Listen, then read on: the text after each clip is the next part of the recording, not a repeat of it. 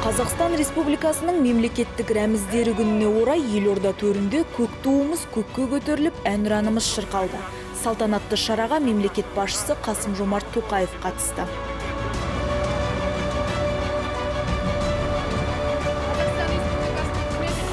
Бұл күні әскери және ведомстволық оқу орындарының 12 үздік түлегіне президент лейтенант шенін табыстады.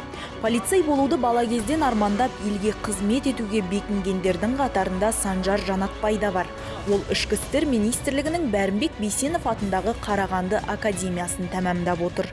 Қарағанды академиясына түсу бала кезден бергі арманым болған.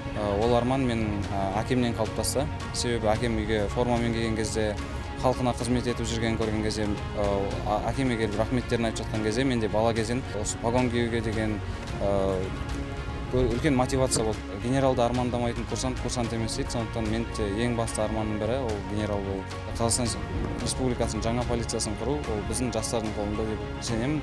Бүгінде тергеуші қызметіне кіріскен жігіттің бұл жетістігін ата-анасы да мақтан тұтады.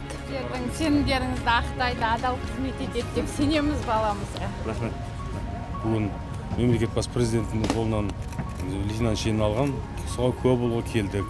Енді балаларымыз Қазақстан Республикасына адал қызмет етеді деп сенеміз. Қазақ еліне адал қызмет етеді деп ана ретінде мен сенемін оған. Еңбектері барлық кісілердің, тәрбиелеген кісілердің барлығының, президентіміздің барын еңбегі ақтала берсін. Қазақстанымыз өркендеп өне берсін. Курсанттарды Ішкі істер министрі Ержан Саденов құттықтады. Полиция және ұлттық ұлан академияларын бітірушілерге ведомство басшысы ақ жол тіледі. Бала кезімнен мен арманым болды, арманым орындалды. Өз отанына және өз еліне адал қызмет атқарыңыздар.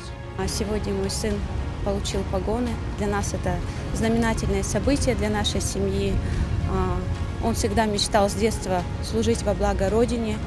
И, наконец-то, его мечта осуществилась.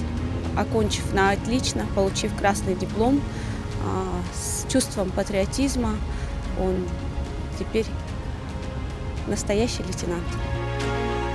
Енді жас офицерлер халықтың тыныштығы мен қауіпсіздігі үшін аянбай қызмет ететін болады.